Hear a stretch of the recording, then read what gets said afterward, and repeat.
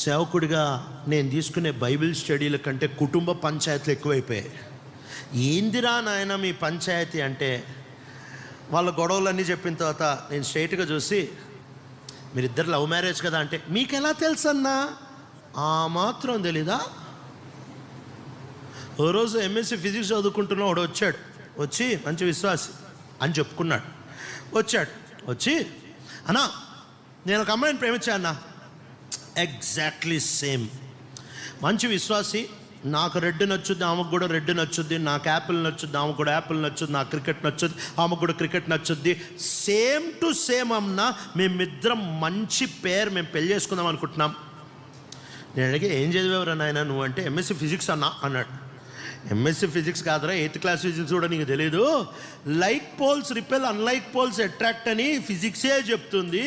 అన్ని టేస్ట్లు కలిసి ఉన్నాయనుకో, రేపొద్దున కొట్టుకొని చచ్చిపోతారు. దేవుడు ఇస్తే టేస్ట్ కలవనవసరంలే. నాకు స్పీడ్ అంటే ఇష్టం. మా ఆవిడికి స్పీడ్ అంటే భయం. నేను యాక్సిలరేటర్ ఒత్తితే ఆమె బ్రేక్ ఒత్తుద్ది. నేను డ్రైవర్ అయితే ఆమె కండక్టర్. ఒకవేళ ఆలోచించు, ఇద్దరికీ స్పీడ్ నచ్చింది అనుకోండి.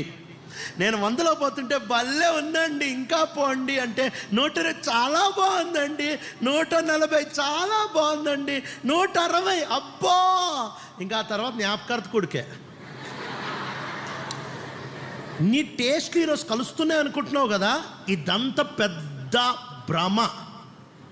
నువ్వు కామంలో ఉన్నప్పుడు, బాగా గుర్తుపెట్టుకో, నువ్వు కామంలో ఉన్నప్పుడు సాతాను నీ కళ్ళని సువార్త మహిమని చూడకుండా బంధించేశాడని గుర్తుపెట్టుకో.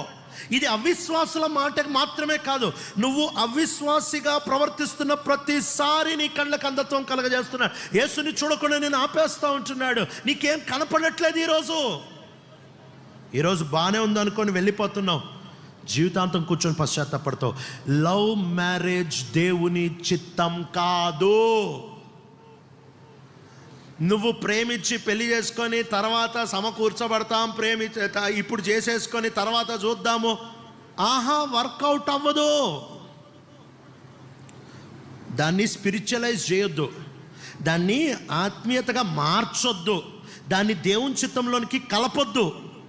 ఈ రోజుల్లో మనకుంటున్న ఒక దరిద్రపు అలవాటు ఏంటి తెలుసా?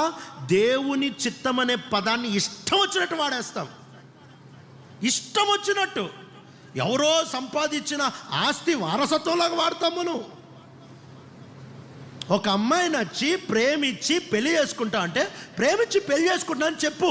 అంతేగాని కాడ్లో దేవుని చిత్తానుసారంగా జవాబు చెప్తావు. నిత్యత్వంలో కూర్చొని టైం తీసుకొని చెప్పాల్సి వస్తుంది.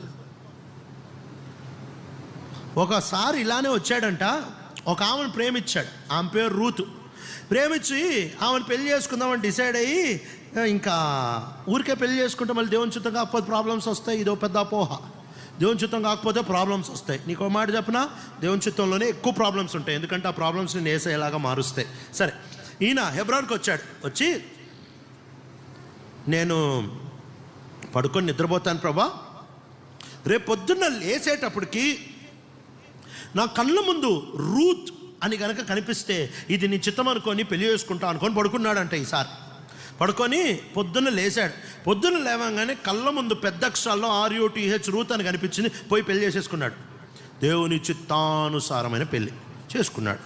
చేసుకున్న తర్వాత అర్థమైంది ఏంటంటే, ఆమె తెలుగు మాట్లాడదు, ఓన్లీ ప్యూర్ సంస్కృతమే మాట్లాడుతుంది. ఈయనకి అసలు గుక్క తిరగలేదు, ఏం చేయాలో అర్థం కావట్లేదు.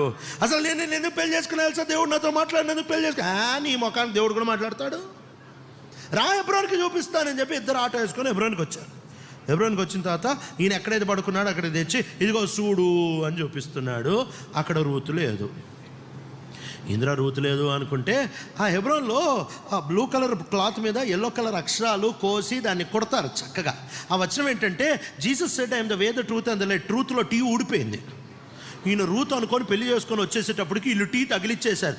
ట్రూత్ ఏంటంటే రూతు లేదు. జీవితానికి తగులుకుంది కదా, ఏం చేస్తారు? ఇలాంటి పిచ్చి పిచ్చి దేవుని చిత్తాలు కనుక్కోబాకో. కామంతో పుట్టేది, మోహంతో పుట్టేది, పాపపు కోరికలతో పుట్టేది, అందం వెనకాల కుక్కలాగా పడి దాన్ని దేవుని చిత్తం అని ఎలా అంటావు? ఎంత అధ్వాన బతుకు కదా ఇది. ప్రియుడా, పాపం అని పేరు పెట్టు. పాపాన్ని అనవసరంగా బైబిల్లో, మతంలో, క్రైస్తవ ఆచారాల్లో, లేకపోతే పెద్దోళ్ళు పెళ్లి చేస్తే అది అఫీషియల్ అయిపోతుంది. ఎక్కడ అఫీషియల్ అవుతుంది? అక్కడ కాదు. కొంతమంది పెళ్ళిళ్ళు చేసుకునేటప్పుడు మహానుభావులు చేసుకునేదేమో కామప్ మ్యారేజ్లో దాన్ని హోలీ మ్యాట్రిమనీ అని ఎత్తారు. పైన సిగ్గు శరం అనేది ఉండాలి కొంచెమన్నా. దాని మీద హోలీ మ్యాట్రిమనీ ఎలా వేసుకుంటావు? నాలుగు పదాలు అర్థం తెలుసా నీకు? హోలీ అంటే ఏంటో దేవుణ్ణి వర్ణించడానికి వేసే పదాలవి.